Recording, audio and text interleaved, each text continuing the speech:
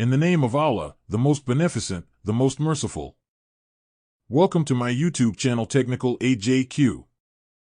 In this video we will talk about disadvantages of Bitcoin.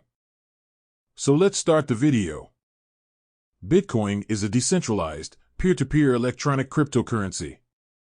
Disadvantages. Like any currency, there are disadvantages associated with using Bitcoin. Bitcoins are not widely accepted. Bitcoins are still only accepted by a very small group of online merchants. This makes it unfeasible to completely rely on Bitcoins as a currency. There is also a possibility that governments might force merchants to not use Bitcoins to ensure that users' transactions can be tracked. Wallets can be lost. If a hard drive crashes or a virus corrupts data and the wallet file is corrupted, Bitcoins have essentially been lost. There is nothing that can be done to recover it. These coins will be forever orphaned in the system.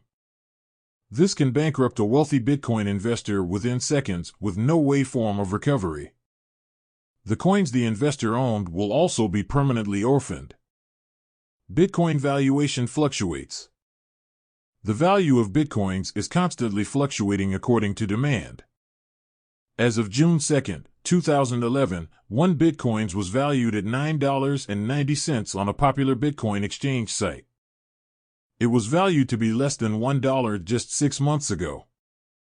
This constant fluctuation will cause Bitcoin accepting sites to continually change prices. It will also cause a lot of confusion if a refund for a product is being made. For example, if a t-shirt was initially bought for 1.5 BTC and returned a week later, should 1.5 BTC be returned, even though the valuation has gone up? Or should the new amount be sent? Which currency should BTC tied to when comparing valuation? These are still important questions that the Bitcoin community still has no consensus over. No buyer protection. When goods are bought using Bitcoins, and the seller doesn't send the promised goods, nothing can be done to reverse the transaction. This problem can be solved using a third-party escrow service like Clearcoin, but then, escrow services would assume the role of banks, which would cause Bitcoins to be similar to a more traditional currency. Risk of unknown technical flaws. The Bitcoin system could contain unexploited flaws. As this is a fairly new system, if Bitcoins were adopted widely, and a flaw was found, it could give tremendous wealth to the exploiter at the expense of destroying the Bitcoin economy. Built-in deflation. Since the total number of Bitcoins is capped at 21 million, it will cause deflation. Each Bitcoin will be worth more and more as the total number of Bitcoins maxes out. This system is designed to reward early adopters. Since each Bitcoin will be valued higher with each passing day, the question of when to spend becomes important. This might cause spending surges which will cause the Bitcoin economy to fluctuate very rapidly and unpredictably. No physical form. Since Bitcoins do not have a physical form, it cannot be used in physical stores. It would always have to be converted to other currencies.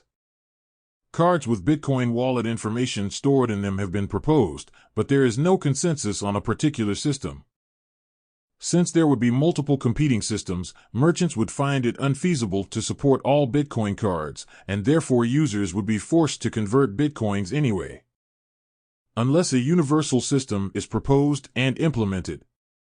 No valuation guarantee. Since there is no central authority governing Bitcoins, no one can guarantee its minimum valuation.